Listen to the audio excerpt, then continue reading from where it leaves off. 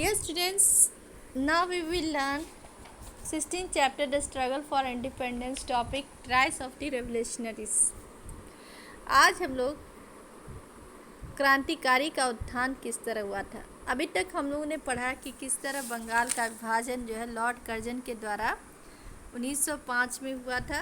ठीक है, उन्होंने डिवाइड एंड रूल के तहत जो है किस तरह वेस्ट में मुस्लिम को और ईस्ट में हिंदू, वेस्ट बंगाल में मुस्लिम को और ईस्ट बंगाल में हिंदुओं को वो बांट दिए थे। सॉरी, ईस्ट बंगाल में मुस्लिम को और वेस्ट बंगाल में हिंदुओं को जो है वो बांट दिए थे। तो इससे जनता जो है आक्रोश हो गई और उन्होंने एक आंदोलन छेड़ा जिसका नाम था स्वदेशी आंदोलन।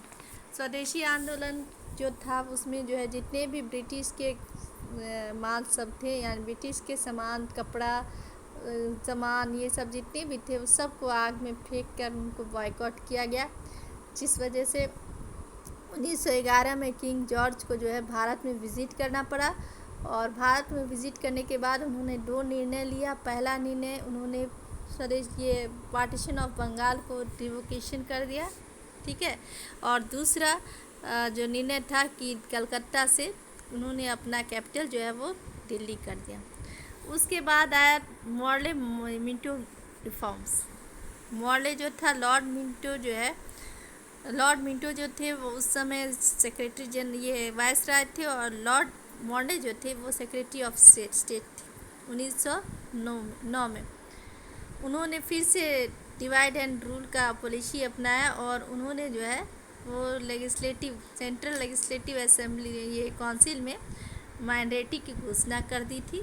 ठीक है, दूसरा प्रोविंस ये जो है एक ही सीट गवर्नर जनरल काउंसिल में एक ही इंडियन को सीट देने का निर्णय किया। उसमें भी जो है उन्होंने ये हिंदू और मुस्लिम का सेपरेट रिप्रेजेंटेटिव का दिया, जिससे जो है फिर से जो है उन लोगों के बीच में हिंदू मुस्लिम के भेदभाव में उत्पन्न पैदा कर दिया। फिर इसका भी विरोध जो है कुछ क्रांतिकारी के द्वारा जो है वो स्टार्ट हुआ। अब देखिए, there were some people who thought that peaceful agitations and boycott would make no impact on the British. They believe that violence should be fought with violence. These ideas became very popular among the youth. They were ready to sacrifice their lives for India's freedom. Such people were called revolutionaries.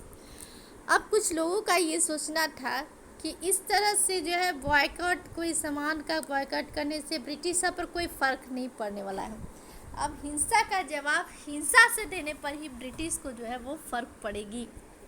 ठीक है, चाहे मेरी जान क्यों न चले जाए। अब जो है उन्होंने ये सोचा कि अपना जान का बलिदान देकर भी जो है हिंसा का जवाब हिंसा से ही देंगे। यही सब जो है वो क्या कहलाए, क्रांतिकारी कहलाए।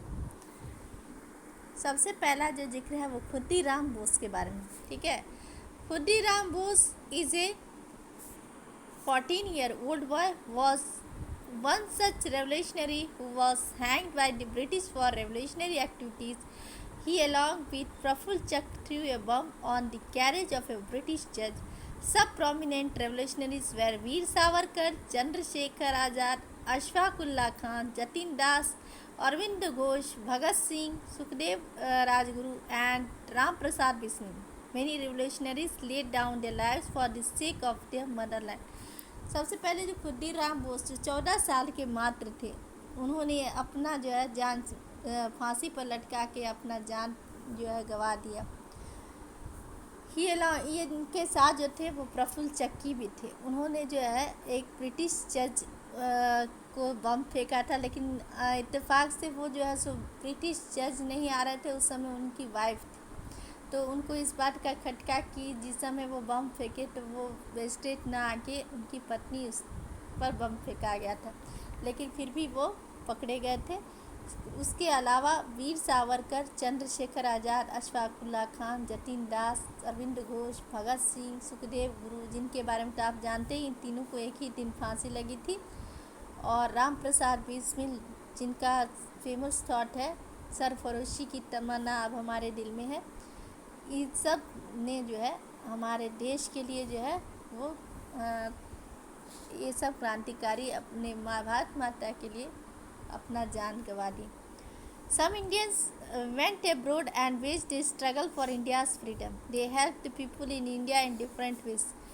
Madan Bhikaji Kama went to Geneva and brought out a paper called Vande Mataram.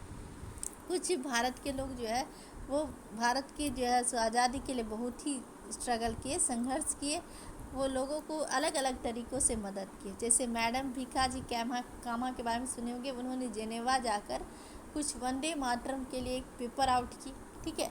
Maulana Barkatullah and Raja Mahendra Pratap went to Kabul and guided freedom movement for there.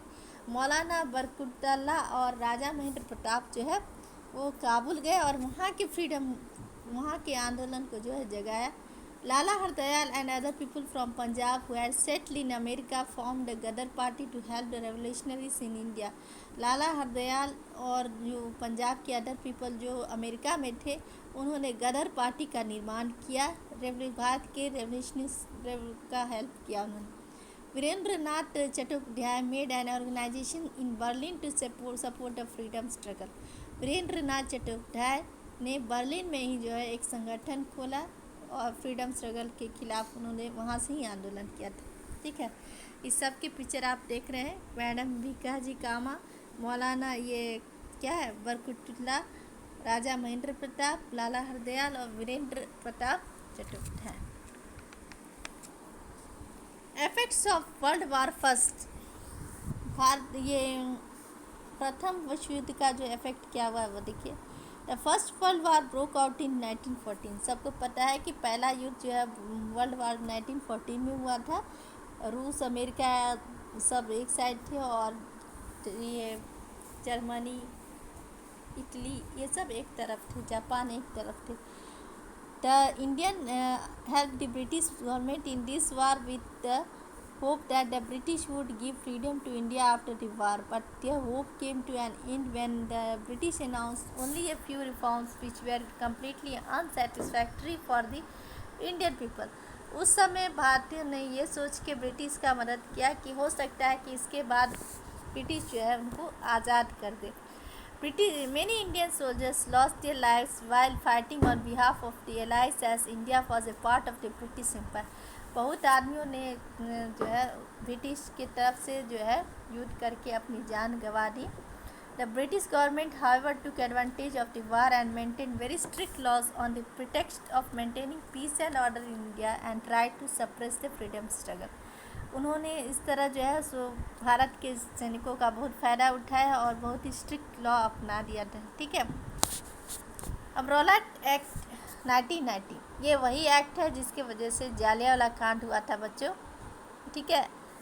To add the already growing discontent among the people the British government made such laws which took away the liberty of the people. इस law के तहत British government ने कुछ ऐसा नियम बना दिया जिससे लोगों की आज़ादी छीन गई। One such law was this Rowlatt act of 1990। As per this act anybody could be arrested without a court trial. There was no scope for appeal. Most of the freedom fighters felt humiliated as this act was against their peaceful demonstration and agitations. After passing this act, the British government became harsher with the Indian. Public meetings were completely banned. Even the peaceful demonstrators were arrested and punished severely. इस meeting के बाद, इस act के बाद जो है वो क्या हुआ कि अगर कोई भी पकड़ा गया तो विदाउट कोर्ट ट्रायल के साथ जो है उसको कुछ भी पनिशमेंट किया जा सकता है।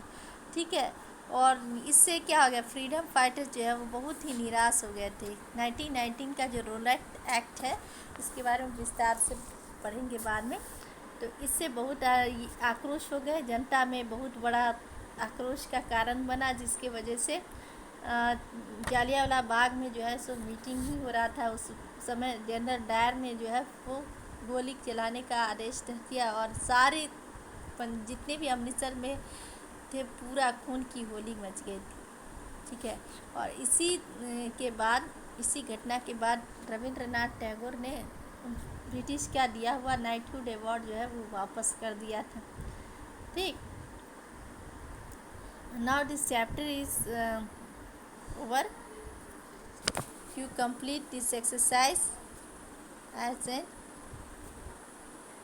you have to complete this all exercise. In last you have to paste the picture that has given of Motilal Nehru and write few lines about him. Let's do it.